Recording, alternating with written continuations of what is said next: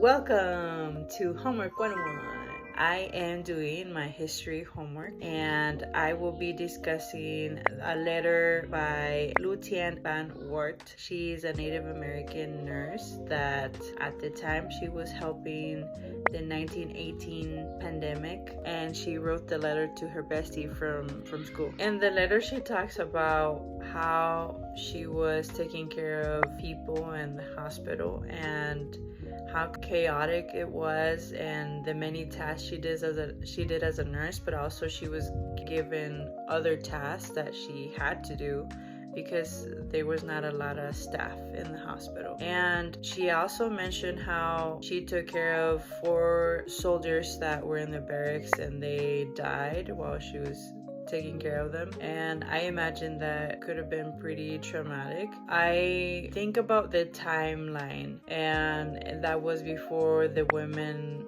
had rights to vote, but also during the feminism movement and the uprise of women trying to get rights and having better pay in their jobs. I can't imagine she was getting paid enough. I don't think the nurses today get paid enough. But what I think about is a certain line that she talked about soldiers making fun of white girls because Native Americans were hard to get, so they liked them more. So even as a woman, that's a little bit uncomfortable, and it was the middle of a crisis, but it still showed that it was an uncomfortable situation while she was working. It was a tease, it was a little bit of racism, casual racism, and that still exists today. A connection and reflection to today is the pandemic of COVID-19 and how the hospitals were so full and understaffed. Sadly, I do have acquaintances that passed away from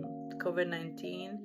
I can imagine how, the nurses were doing everything that they could, and the doctors as well. And they were probably not getting enough breaks. They were exhausted, and there were so many people going into hospitals. My biggest takeaway from this, I believe the nurses sacrifice way more than what we think. They also have family members that go into hospitals, and probably they themselves do get sick, and they see all these emotions and they try to stay level-headed during all this stress. I think they deserve better pay. And again, I always repeat this, history shouldn't repeat itself. We should do something about this. In closing, I don't think we talk enough about the people that keep the hospitals running. They sacrifice way more than what we think they deserve.